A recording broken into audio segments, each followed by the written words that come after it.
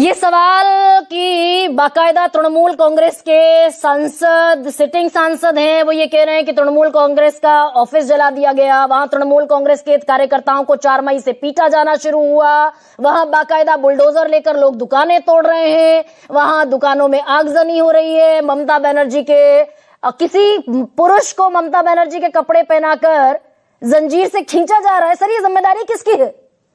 ये सब फालतू लोग हैं जितने सवाल उठा रहे हैं।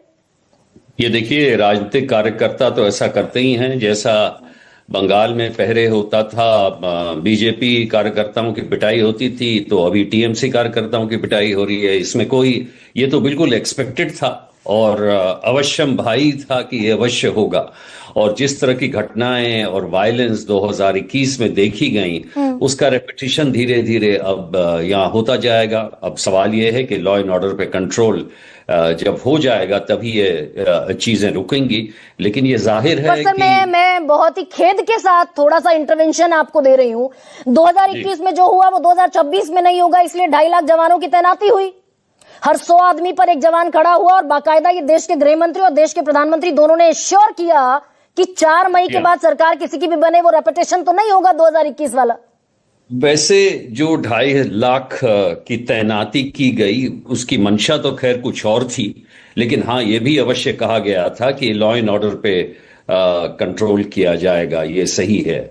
मैं नहीं समझता, देखिए, अगर इससे व्यवस्था सुधरती तो इंटेलिजेंस कम से कम सबसे पहले इनको ये आइडिया होना चाहिए कि जो सब तरफ से हेट स्पीचेस हो रही हैं, जिसके बारे में आप बात कर रही थी, तो जो हेट स्पीच के आधार पे अगर ये गहरी बारीकी से देखते तो तत्काल वो शुभेंदु अधिकारी को बचाने के लिए और शुभेंदु अधिकारी के पीएस रथ को बचाने के लिए जरूर सुरक्षा व्यवस्था लगाते। और ये सबसे बड़ी चूक हुई है। और इसलिए क्यों कि जो लोग ये भाषण दे रहे हैं और जिस तरह के भाषण दे रहे हैं दोनों तरफ से, टीएमसी वाले और ये वाले भी, तो किसको सुरक्षा चाहिए, इसका आकलन करना चाहिए था, नंबर 1। नंबर 2, जो आप बात पूछ रही हैं, ये अजय आलोक सही कह रहे हैं। ग्लॉक पिस्टल का इस्तेमाल होना और जिस तरह से ये सुनियोजित ढंग से ये की गई कार्रवाई है, ये एक प्रोफेशनल की कार्रवाई है जो कि एक टारगेटेड किलिंग है। 2 चीजें हो सकती हैं, या तो कोई गहरी एनिमोसिटी है, दुश्मनी है, पर्सनल, व्यक्तिगत, या ये हिट है, प्रोफेशनल हिट है, किसी ऑर्गेनाइज्ड इसके द्वारा, जो किसी के द्वारा किया गया है। तो इस समय ये कहना कि ये इसने कर दिया है या बैनर्जी ने कह दिया है, ये उचित नहीं होगा। मैं समझता हूं इसके लिए गहरी छानबीन की आवश्यकता नहीं सर, अब सांप गुजर गया और लाठी पीटने वाली स्थिति में हम आ गए। 4 मई को हत्या हुई तृणमूल कांग्रेस के पॉल एजेंट की, फिर 5 मई को एक और तृणमूल कांग्रेस के तृणमूल कांग्रेस के कार्यकर्ता की हत्या हुई, 5 मई को बीजेपी कार्यकर्ता की हत्या हुई, 5 मई को एक और बीजेपी कार्यकर्ता की हत्या हुई।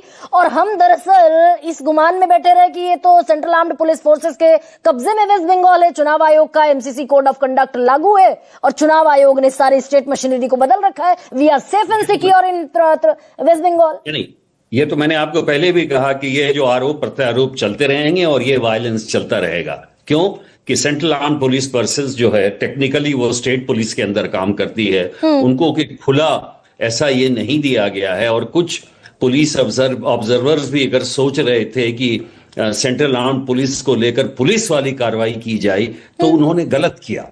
ये बराबर पुलिस स्टेशन के थ्रू किया जाता है और इसलिए जो ये फेलियर है, ये अभी तो ईसीआई कंट्रोल में है। आई थिंक, मेरे ख्याल से मॉडल कोड ऑफ कंडक्ट चल ही रहा है। सर, आज अपलिफ्ट किया है, कल जिस समय ये हत्या हुई और 3 दिन से जो बवाल पश्चिम बंगाल में मचा हुआ है, तब तक तो मॉडल कोड ऑफ कंडक्ट लागू था। जी हाँ, उसी लिए मैं कह रहा हूं कि ये जो फेलियर है, वो फेलियर हर तरफ से है, इंटेलिजेंस के तरफ से भी है, लोकल पुलिस के तरफ। सबसे बड़ी फेलियर इंटेलिजेंस की है, आकलन की है कि इसको सुरक्षा दे, क्योंकि टारगेटेड किलिंग रोकना बड़ा मुश्किल होता है और इसका आभास पहले से व्यवस्था को हो जाना चाहिए। जिम्मेदारी तो फिर होम मिनिस्ट्री की हुई, फिर तो अगर ये माना जाए भाई तृणमूल के गुंडों पर ये आरोप लगाया जा रहा है, फिर तो जिम्मेदारी होम मिनिस्ट्री की बैठती है, अगर ये इंटेलिजेंस फेलियर है तो। नहीं, मैं तृणमूल के गुंडों को कहना या किसी और को कहना, मैं तो ऐसा नहीं कह सकता, क्योंकि मैं ये कह रहा हूं कि ये प्लान्ड किलिंग है। अब किसने कराया है ये मैं कैसे कहूं? ये तो बहुत ही गंभीर आरोप है। अगर किसी पे आरोप लगाया जा रहा है कि अच्छा, अभिषेक ठीक। बैनर्जी ने हाँ, किया या फलाने ने किया, ये हाँ। गलत है। ये सिस्टम ही गलत है, और मैं बता रहा हूं कि गलती कहां पे एग्जैक्टली हुई है। जहां तक आप कानून व्यवस्था की बात कर रही हैं और इसके बारे में बात कर रही हैं, तो ये बिल्कुल होना ही था।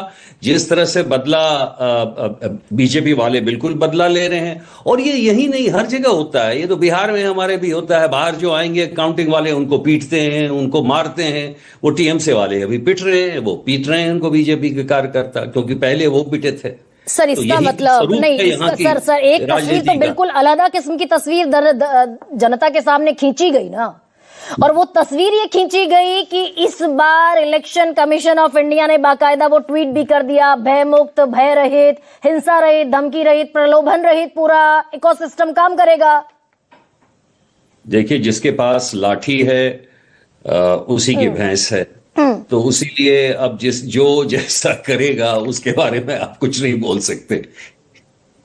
जिसके ये पास मैं कह लाठी उसकी भैंस, तो अब जो लाठी है वो बीजेपी के पास है। जी हाँ। अब ऐसे में फर्क